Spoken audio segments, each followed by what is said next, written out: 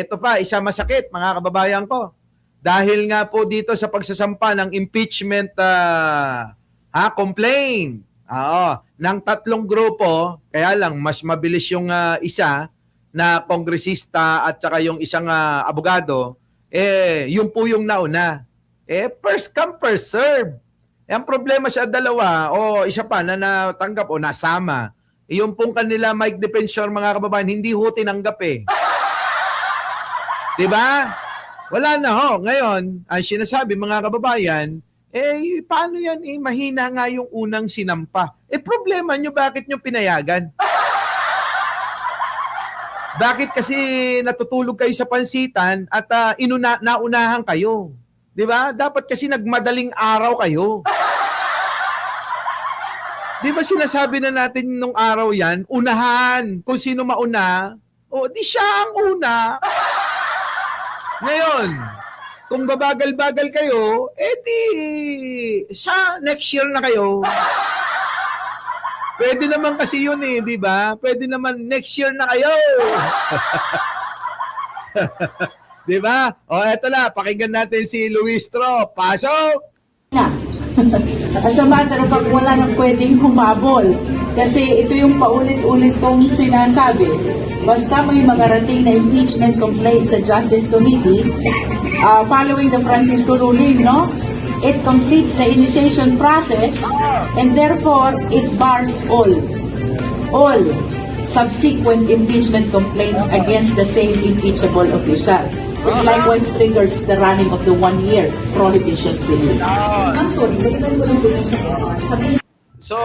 So madaling salita, mga kababayan ko, wala na talaga.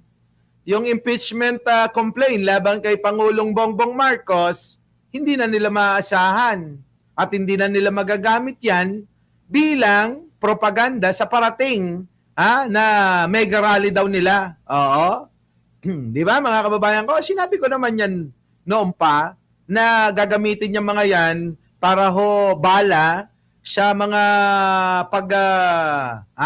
pagpoprograma nila sa rally nila. Kasama ho yan sigurado. Sasabihin ng mga yan, bobulahin at lolokohin ng taong bayan. Hindi tinanggap yung aming impeachment complaint kasi natatakot ang Malacanang.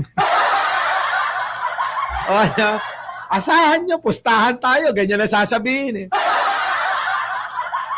Natatakot si Bongbong Marcos na mapatotohanan dahil handa ang ating mga saksi na katulad ni Saldico.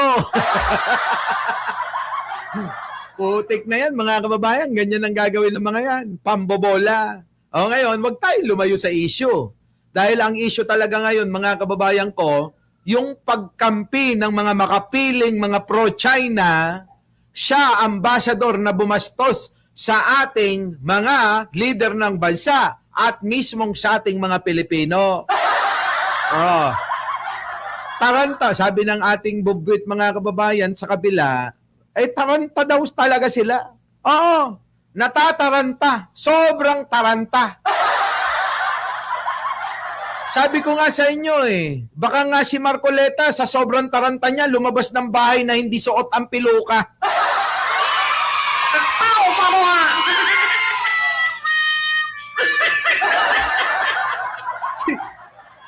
Si Manang Aimee naman, mga kababayan, sa sobrang taranta, tumawag na hindi suot yung pustiso niya.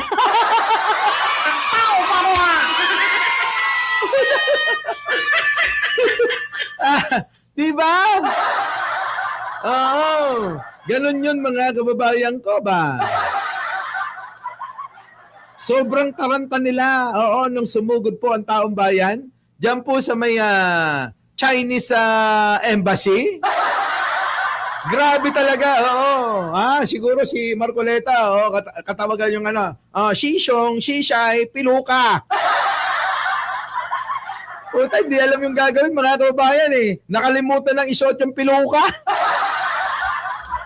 Ay, nako. Di ba? Yan po, alam nyo, doon po sa nangyari kahapon talaga antindi nung impact sa kanila.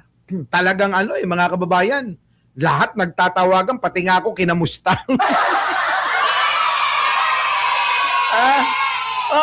sa sobrang taranta nila mga kababayan ko, pati ho ako kinakamusta na. Sabi nung isang vlogger na nando doon sa Davao, mga kababayan, Boss Mike, kamusta ka na? Bakit kako? Babaliktad ka na? Eh kung pwede lang sana. Ha? Bakit? Ano nangyari? Natatakot na sila. Kasi sumugod yung taong bayan sa may US Embassy, ay sa may Chinese Embassy. Ayop.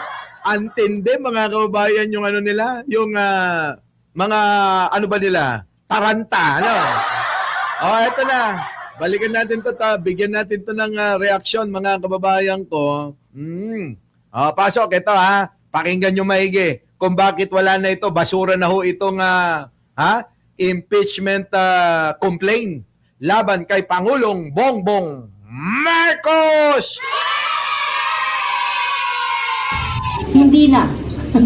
As a matter of fact, wala nang pwedeng humabol.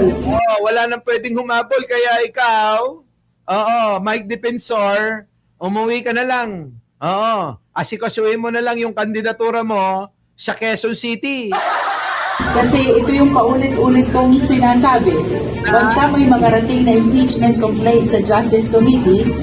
May nakarating na sa Justice Committee. Nauna nga po dyan mga kababayan yung apat na... apat na pahina lang yung kanilang naisampa na impeachment complaint laban kay Pangulong Bongbong. Following the Francisco ruling, it completes the initiation process and therefore it bars all. All. Bans all. Yung mga kasunod. Wala na. Malamang pati ho yung sinampa ng Makabayan Black, wala na rin yun. Lalong-lalo na yung huling-huli. Yung pong may kasamang negrong nagpapanggap na Ilocano. Na abogado. Yung pong mukhang siraulo kapag ka nagbablog, Yung kinabibisitan ngayon ng mga Ilocano na ginamit pa na tagapagsalita daw siya ng buong Ilocanjohan. Mga kababayan ko, ayun! Ngawa na ngawa, iyak ng iyak. Yung parang siraulo kapag nagsasalita. Yung pag sumagot, kala mo inaway siya kahit walang nang-aaway sa kanya. Ganon. Yun po yun. Yung vlogger na, na vice mayor yata yun. Alam nyo pag nagsasalita yun sabi ko nga akala nyo laging may kaaway, Akala mo laging may nang-aaway sa kanya sa harapan niya. Sabi ni Heidi Pantino, yung malaki ang ilong. Ayun na nga, yung ang tangos ng ilong, kabilaan. Baka malala ang nasisinghot sa sobrang laki ng ilong. Di ba? Ito na si Tiger. Uy, subscribe nyo nga to. Subscribe nyo nga yan, eto na. Uy, Tiger, mag-ano ka nga rito, bigyan ka namin ng platform dito sa Bingador. Ito na. Subsequent impeachment complaints against the same impeachable official. It likewise triggers the running of the 1-year prohibition period. So, antay sila ng 1 taon. Sa madaling salita, mga kababayan ko, mag-aantay pa po sila ng 1 taon para ho sila ay makapagsampa uli. Ganun lang ho yun. Ngayon, ganito. Next year, 2027, magsampa sila laban kay Pangulong Bongbong Marcos dahil nauna yung Makabayan Black muna. Tapos, dahil nahuli yung grupo ni Chavit at saka ni Mike Defensor at saka nung abogadong malaki ang ilong, 2027 ng Makabayan Black, di sa 2028 na sila. Ay! Chavit! Defensor! Attorney, sino ba yan? Attorney Maitim. Ang schedule nyo sa 2028, tandaan nyo, magmadaling araw kayo, baka maunahan na naman kayo.